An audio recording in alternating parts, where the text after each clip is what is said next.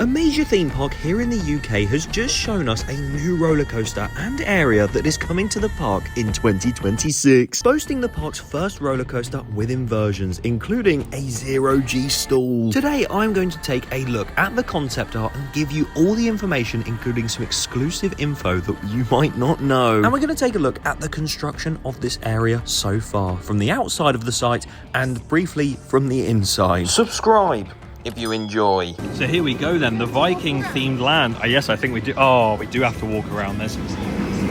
Oh, it's a dinosaur. But behind me is Viking. Huh? Put your phone over there, people in Why there. not? And as you can see, a huge building has been created right in front. Ignore the. I'm going to use the bottle as a water pointer. That's the huge building that's been made. We don't know what that is. Probably a restaurant or shop of some kind. And then the go-kart track area, I think, is just going to be used for future development. Maybe not next year, but the year after in 2027. And yeah, Viking shields. We used to have on the Viking boats. Yeah, shields. History lesson.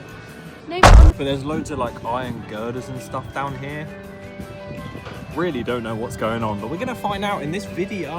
Look at all the construction walls though. You've got some weird apparatus. What the hell is that? And of course you've got the construction walls right behind with like the Viking print right there. God, this is so insightful. I'm a bit burnt. Could that be a station building? Or is it a restaurant?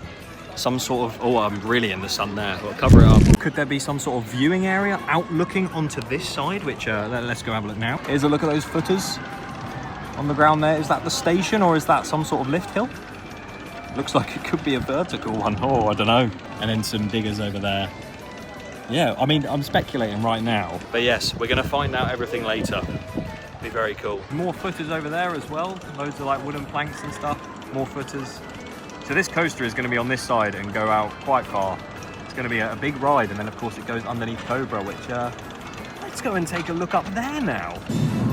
We'll get a good look at the construction site now. There's the massive building, and right down here is all the supports, well, footers. And yeah, here we go. We'll get a better look. I'm going to have to do a running commentary whilst we're on a roller coaster. Ah! There we go, look at all that over there. Oh, that went round way more than I thought it would. Ah! There's the footers down there. Ah! Why is it so fast? Way! Oh, here we go. Whee! See, there's no footers down here. It makes no sense. Ah! Oh, what a ride. And then behind, there's a building. Ooh. But yeah, over here where the brake run is, as that person comes in, as you can see, we've got this scaffolded up building here. This is probably going to be a toilet block of a toilet block of some sort. I am really burnt. As you can see, it's just a long building. It's got a little like bit in the middle that's a bit lower, and then same that side. I reckon that's a toilet block. And then over there behind Edge, not Cobra. Behind that thing there is the new hotel that they're building, the Scandinavian Village sort of vibe hotel. That's going to be really good. Will Edge remain? I don't know. But again, maybe we'll find that out tonight. It was interesting to see the footers underneath Cobra though. I feel like it is a bit odd seeing them in like a triangular formation underneath that helix, because that could mean it's going to go through there. Maybe it's going to do an inversion through there. Maybe it's going to do like a spike or something and like come back down. I don't know. But no, it is really cool to see, and I think this ride and maybe Edge of its days are going to get rethemed along with Magma up there. Again, I'm saying all this now, but we're literally finding out what it is soon. I surely hope it has a vertical lift and 2 inversions. I don't think I'm supposed to be in it. But this pathway right in front of us, the chain link pathway, I don't know whether this is permanent. I'm assuming this will just be taken out the ground. But because this is new laid tarmac, I do think that this is to remain when the new area opens, and it will sort of run off to that new building and also off in another direction, maybe towards the coaster. If not, this will be the only pathway. Welcome to the pathway. But yeah, after seeing all the footers on the Cobra and seeing some other stuff here and there, it's now time to go over to Tornado Springs. Which you might think, what's the significance of that? We're going to find out what this new ride is. Can you even see me because of the sun? I don't know. We're going to find out what this new ride is, and maybe find out that it has a vertical lift and 2 inversions. June, July last year, so we are very, very early in this journey. We don't want to. I love accommodation.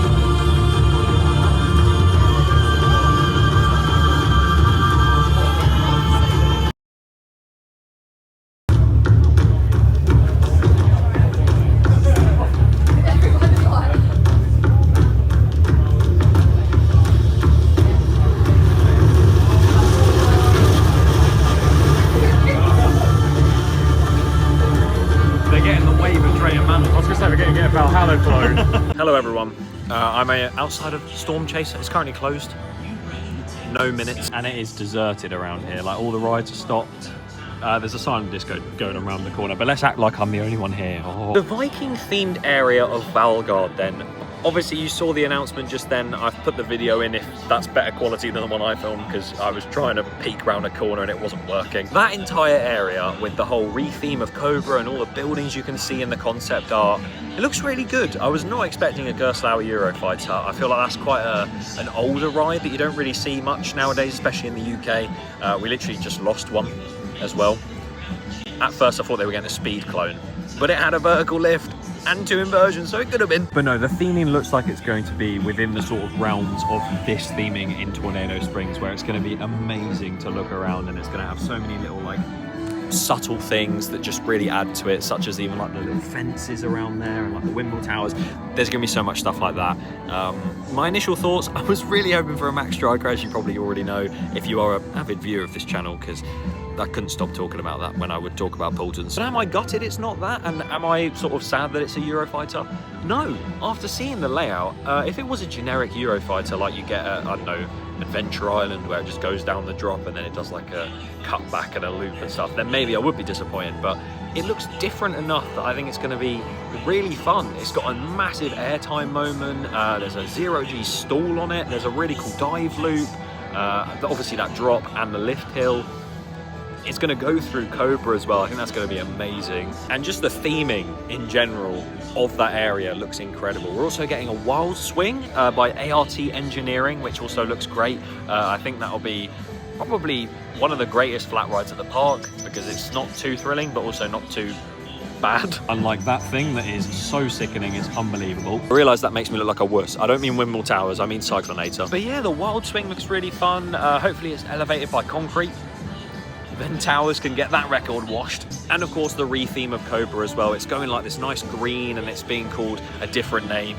Excited to see that return in its new form. I'm sure it'll run the exact same, be as smooth and just be even more themed. They seem to be working on that already, as we've seen in this video.